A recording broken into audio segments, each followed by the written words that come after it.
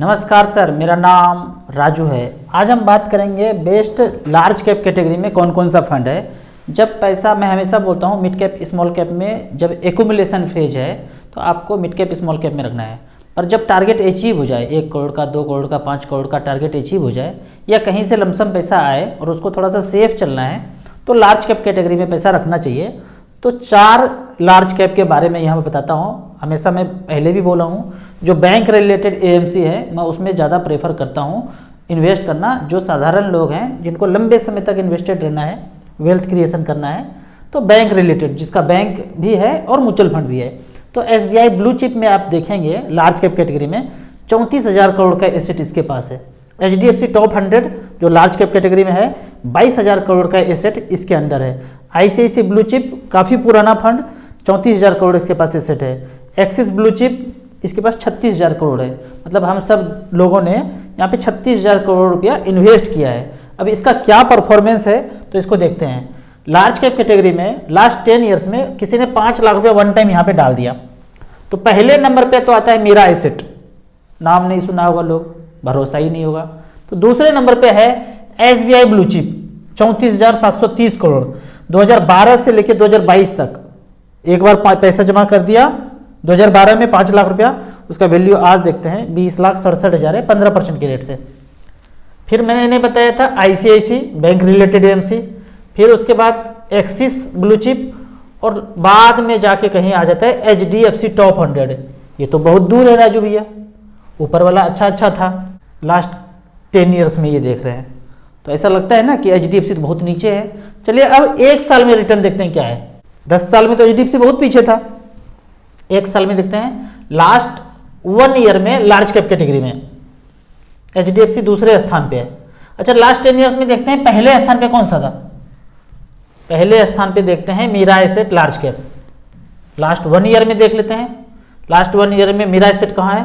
1 2 3 4 5 6 7 8 9 10 11 12 13 14 15 जो 1 नंबर पे था वो 15वें नंबर पे आ गया।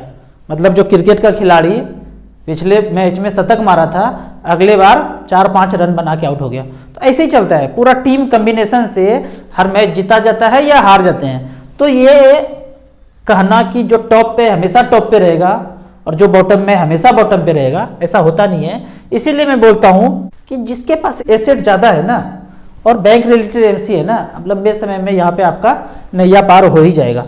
तो यहाँ पे देख लिया हमने, वन टाइम 5 लाख रुपए इन्वेस्ट किया तो क्या हुआ।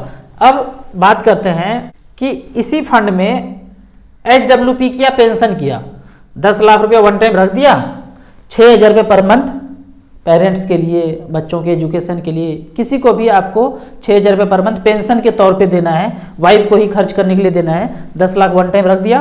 पेरेंट्स के लिए ज़्यादा कारगर है यहाँ पे कि 10 लाख रुपये आप रख दिए और 6,000 रुपये पर मंथ पेरेंट्स ऑप्ट करते रहे। लास्ट 10 ईयर्स का बात करते हैं कि 6,000 रुपये मिलता रहा। कब जमा किया? 18 नवंबर 2012 में 10 लाख जमा कर दिया और अगले ही महीने से 2012 में ही नवंबर में जमा किया, 1 महीना के बाद दिसंबर में 6,000 रुपये लेना शुरू किया और अभी तक नवंबर 2022 तक लिया।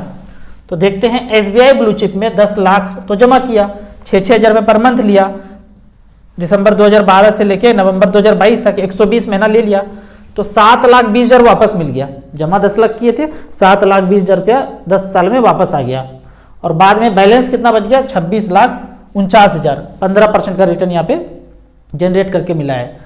मतलब 10 लाख बढ़ के भी 26 लाख हो गया और 6,000 रुपया मिल भी रहा है। ये कैसा चंबा है। कैश फ्लो में यहाँ पे देखते हैं 10 लाख रुपया one time SBI blue chip में रखा और 18 नवंबर 2012 में रखा, 6,000 रुपये पर मंथ लेना शुरू किया। अगले 1 महीना के बाद ही आज जमा किया, अगले 1 तारीख से लेना शुरू कर दिया। तो 10 लाख रखा और 6,000 रुपये पर मंथ लिया। टोटल 7,20,000 ड्रॉ कर दिया पिछले 10 साल में और बाद में बैलेंस बचा 26,49,000। टोटल वर्थ कितना हुआ? दोनों को जोड़ना पड़ेगा, जो लिए और जो बचा दोनों को जोड़ देंगे, 33,59,000। 15.69% का एनुअल रिटर्न पिछले 10 ईयर्स में इस फंड ने दिया है। पेंशन लेने के साथ और जो पैसा बचा सब मिला के कम्बिनेशन में 15.69। अब यहाँ पे कैश फ्लो देख रहे हैं कि 2012 में जब जमा किए 10 लाख रुपया, तब यूनिट का रेट 15 रुपया 47 पैसा था। जब पैसा जमा किए तो प्लस में था, और जब पैसा निकालना शुरू किए तो माइनस में 6-6 हज़ार रुपया घटता चला गया। तो टोटल यूनिट हमको कितना मिला था? 64,600। और 6,000 का जब यूनिट खाए तो 367 यूनिट बिक गया। आपने इतना सिक्का खरीद के लाए सोना का, छोटा छोटा सिक्का, 367 सिक्का अगले महीना बेच दिए 6,000 का, तो इतना सिक्का घट गया। तो बैलेंस यूनिट इससे कम हो गया, यहाँ कम हो गया। अब बाद में प्रिंसिपल कितना बचा? तो 10 लाख में 6,000 कम हो गया, तो ये प्रिंसिपल हो गया। लेकिन मार्केट में वैल्यू बढ़ रहा है, क्योंकि एनएवी का रेट तो ऊपर नीचे हो रहा है। 15 रुपया था, 16 रुपया हो गया, तो 10,48,000 हो गया। फिर देखेंगे इसी तरह से 6-6 हज़ार रुपया खाते गए, यूनिट का धीरे धीरे यूनिट कम होता गया। जो 16 रुपया था 17 रुपया हो गया। जब 17 रुपया हुआ तो बैलेंस अमाउंट बढ़ गया, 10,54,000 हो गया। फिर देखते हैं कुछ दिन के बाद, 2 साल के बाद 21 रुपया हो गया। जब 21 रुपया हो गया तो जो 10 लाख लगाए थे वो 12 लाख वैल्यू हो गया। इसी तरह से ये थोड़ा थोड़ा बढ़ता गया, जैसे जैसे यूनिट का रेट बढ़ता गया। हालांकि थोड़ा थोड़ा यूनिट हम खा भी रहे हैं, सिक्का थोड़ा थोड़ा सोने का खा भी रहे हैं, लेकिन सिक्के का रेट भी तो बढ़ रहा है। खा तो रहे हैं, इतना में से 2-4 सिक्का बेच रहे हैं, लेकिन ये जो इतना सिक्का पड़ा हुआ है उसका रेट बढ़ रहा है। तो रेट इस तरह से बढ़ता जा रहा है। अब देखेंगे 41 रुपया हो गया। जब 41 रुपया हो गया तो 10 लाख का वैल्यू 19 लाख हो गया। लास्ट में जाके देखते हैं 120 महीने के बाद इसका रेट 64 रुपया हो गया। कब? 1 नवंबर 2022 में 64 रुपया रेट हो गया। तो बाद में बैलेंस कितना बच गया हमारे पास? 26,49,000 रुपया। जो 10 लाख लगाए थे वो बढ़ के 26,49,000 हो गया। और पेंशन हम खाते गए 6-6 हज़ार रुपया करके टोटल कितना पेंशन ले लिए? तो यहाँ पे मेंशन है, टोटल हमारा पेंशन 6,000 रुपया की दर से 10 साल में 7,20,000 रुपया हमारा पेंशन आ गया। तो ये कंटिन्यूस चलते रहेगा, कभी बंद नहीं होने वाला है। ऐसा नहीं कि कभी खत्म हो जाएगा। क्यों? क्योंकि जितना ब्याज मिल रहा है उससे कम ही पैसा हम खा रहे हैं। इसलिए मैं बोलता हूँ 10 लाख में 6,000, तो 12 महीने में कितना हुआ? बरछक 72, 7.2। पर फंड तो 14-15% रिटर्न मिल रहा है, तो कहीं ज़्यादा बढ़ रहा है पैसा। इसलिए देखेंगे 12 से 15 साल में आपका पैसा डबल से 3 गुना भी हो रहा है। किसी किसी केस में देखेंगे 3 गुना भी बढ़ रहा है। लेकिन मैं सेफ कैलकुलेशन के लिए बोलता हूँ कि 15 साल में आपका मूलधन डबल भी हो जाएगा और पेंशन भी मिलता रहेगा। 10 लाख में 6-6 हज़ार रुपये आता रहा, और हर 15 साल में ये जो 10 लाख है वो पैसा 20 लाख भी हो जाएगा। जब 20 लाख हो जाएगा तो पेंशन को फिर से डबल कर दीजिए, 6 का 12,000 कर दीजिए। तो इस तरह से म्यूचुअल फंड में इतना खासियत है कि जितना चीज़ आप कैलकुलेट करेंगे, जितना सोचेंगे, धीरे धीरे क्लियरिटी आता रहेगा। अब यहाँ पे बात करते हैं कैलकुलेट कैसे करना है। 10 लाख रुपया लगाया, 6,000 रुपया लिया, 15 साल तक लेना है और 10% का मात्र रिटर्न है।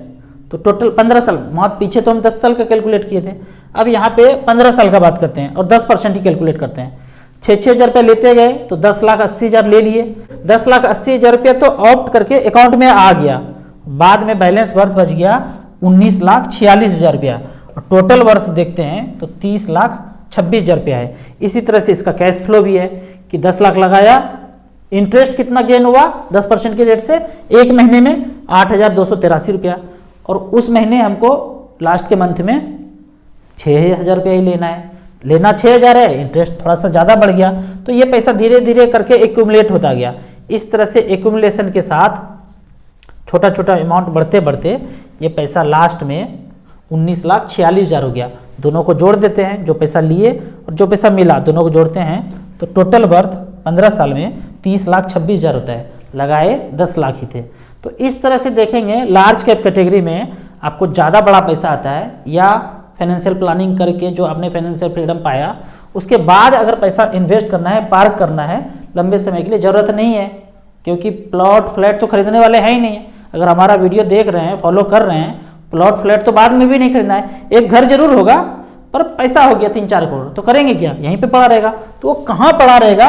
ये ब्लू चिप फंड है लार्ज कैप कैटेगरी में, यहाँ बने रहेंगे। धीरे धीरे 10-12% का रिटर्न मिलते रहेगा। तो ज़रूरत का खर्चा है उससे ज़्यादा ब्याज मिलेगा और खर्च कम हो रहा है। आपको इसी तरह म्यूचुअल फंड के बारे में और कुछ जानना है, इन्वेस्टमेंट के बारे में जानना है, तो इस नंबर पे मुझे व्हाट्सअप कर सकते हैं। आप म्यूचुअल फंड में इन्वेस्ट करना चाहते हैं तो दिए हुए ऐप में रजिस्ट्रेशन करने के बाद हमसे डायरेक्टली जुड़ सकते हैं। वीडियो अच्छा लगे तो व्हाट्सएप यूनिवर्सिटी में दोस्तों के बीच, फैमिली मेम्बर्स के बीच इसे ज़रूर शेयर करें। यूट्यूब पे देख रहे हैं तो लाइक एंड शेयर जरूर करें। Thank you so much.